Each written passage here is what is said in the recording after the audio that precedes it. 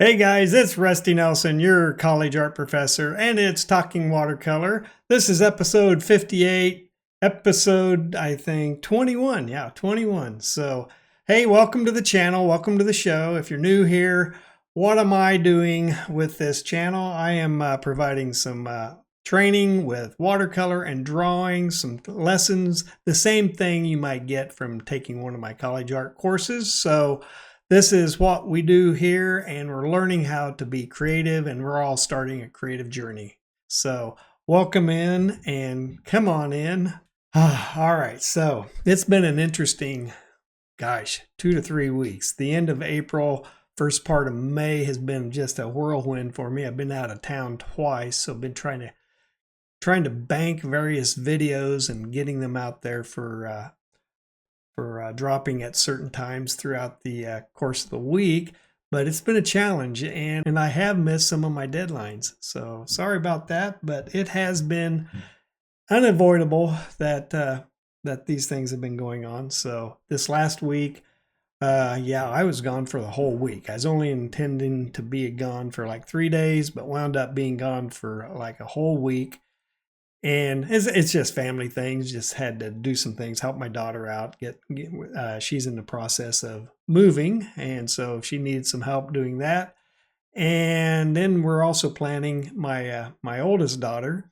She got married back in January, and we're having a reception in May back in Kansas. So that also is occupying a lot of time, in addition to starting to work on some of our preparatory work for our looming retirement in about a year and a half. So all sorts of things are starting to drop and get kind of crazy and demanding attention and taking attention away from what I can do for the channel. So I do apologize for any of the rushed nature of some of my recent posts. I will get back into the groove here.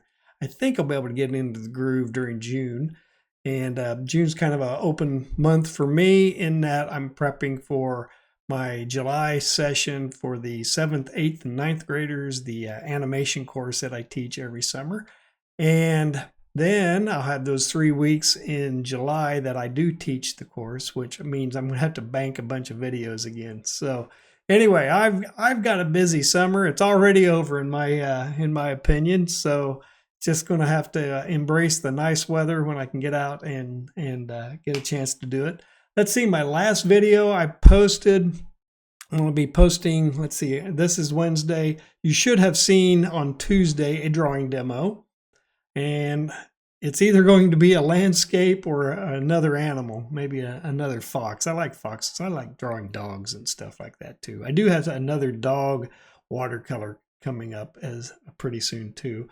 One of the viewers' comments was, "How do I paint my black dachshund?" Right? So anyway, I'll work up a little quick demo. That can be one of my down and dirties for the question that came in on I think it was my marker comp demo where that came in. So I'm definitely going to be doing that. But anyway, my last Saturday's post was a plein air. It was intended to be a plein air on location, drawing an old barn in ink, kind of an urban plein air sketching type thing, but everything went wrong with my recording session, mainly because I didn't have the right equipment.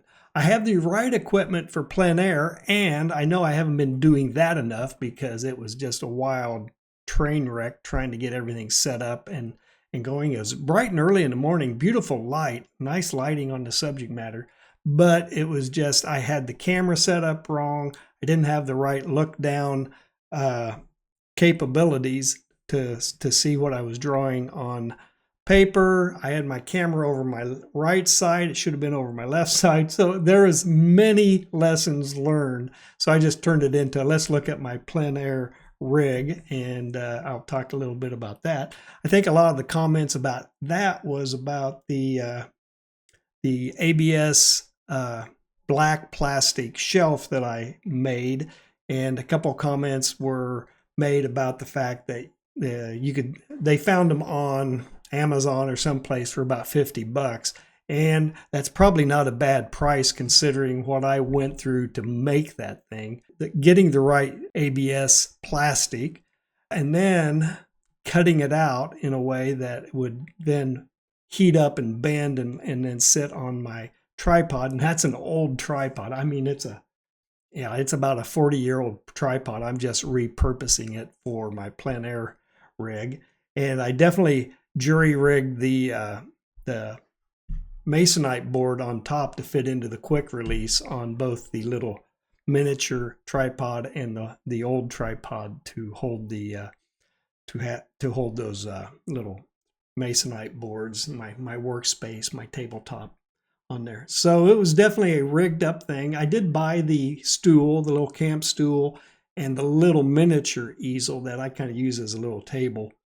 But everything else, oh, and the umbrella. I really do like the umbrella. It clamps right onto the stem of the tripod and does provide the shade. That's one of the big tips I learned about plein air, was to have shade over your artwork so you're not working directly in it. And one thing I did forget to mention in the video was that if you're doing watercolor, it may not be such a big deal when you're drawing ink and stuff, but if you're doing watercolor, do not wear transition lenses. If you have a pair of regular glasses that you can wear that don't become dark in the sunlight, don't use those type of glasses, because it will affect your color mixing and affect what your colors are when applying them to your piece. So definitely have an old pair ready to go that won't change on you.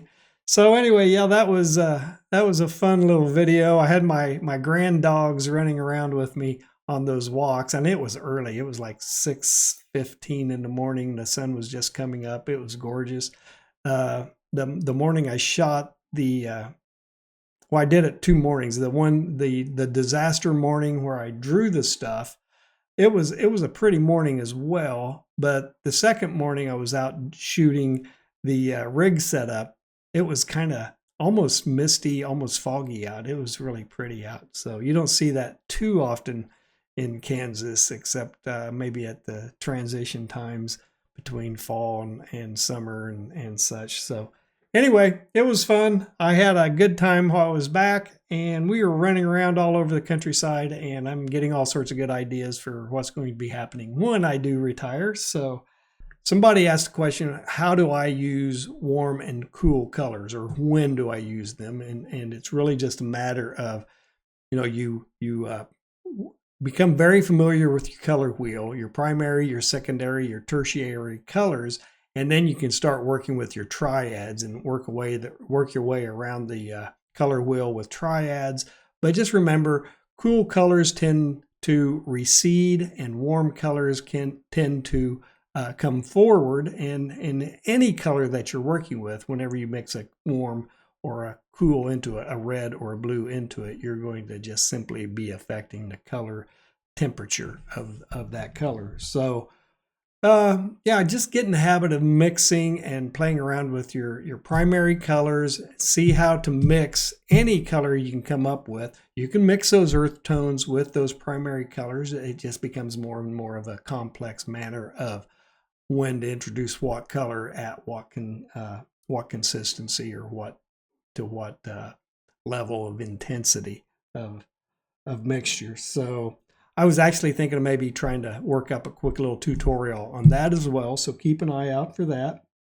And then I had a really good question. Now this regards going in to when I'm actually teaching up at the university. I had somebody who said, I think they were an English teacher for years, and they were asking how I grade students. Am I pretty rigid on the outcome of the assignment, or do I just look at it and grade on maybe progress throughout the course of the semester? And I guess the simple answer for me is it's a little bit of both. I don't rely heavily on them always producing excellent artwork. I think the process of learning and failing and making a mess is very valuable, and I do not want to discourage that by giving them bad grades on the end product. So as long as they're in class, showing up and participating and doing the assignments, I really do value that. Been trying to figure out different ways of incentivizing hitting deadlines regardless, and students are so perfectionist oriented that sometimes they'll get so paralyzed they won't turn in anything if they think it's bad. So I don't want to reinforce that mindset that they need to do it and turn it in and hit the deadline, and just acknowledge, don't let perfection become the enemy of completed or done. So I really do promote that.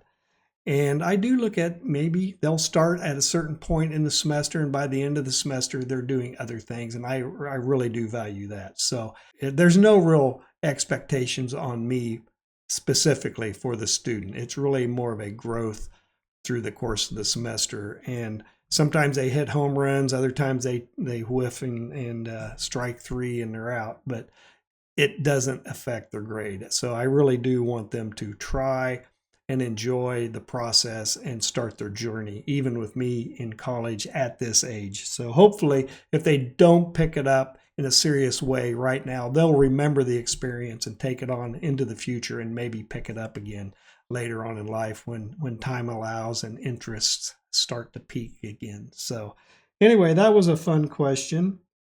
Oh, somebody was telling me don't get too concerned over comments that people are leaving.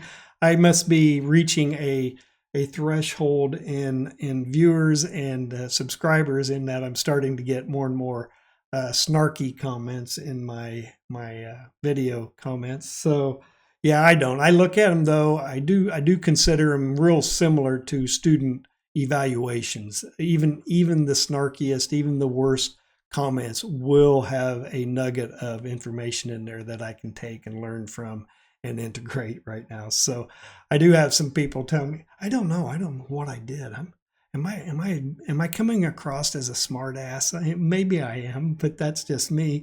Somebody was commenting about my attitude. I didn't think I had a bad one. Maybe it's too flippant. I don't know. So I'm trying to mull that one over in my mind as well. So, and let's see here. Oh, I had somebody asking about whether my wife was a creative person or not. And she is in her own way, but not artistically or visually. She doesn't do any artwork or anything like that. Anyway, but no, she is not a visually creative person. And she has learned a lot over the years being with me. And she has very good taste in artwork and stuff as well, but she doesn't produce it herself. So anyway, that's pretty much kind of the whole list of things that's been going on with me. Been very busy in the last few weeks, in video and outside of videos and everything, answering questions. Gosh, what else? Oh, I know. Yeah, and that whole mobile editing. I did my first let's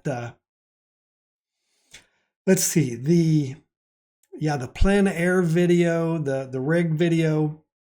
That was my first mobile edit on my iPad as well. So I have managed to check off a few things on my to-do list for this year, accomplishments, and then that's one of them, was to do more mobile editing and do some outdoor shooting as well. So those things are checking off. And yes, I know I keep promising this, and it's going to happen hopefully in June, July. I don't know exactly when. I'm going to be kicking off the live stream for Patreon members and stuff as well. So that's my goals.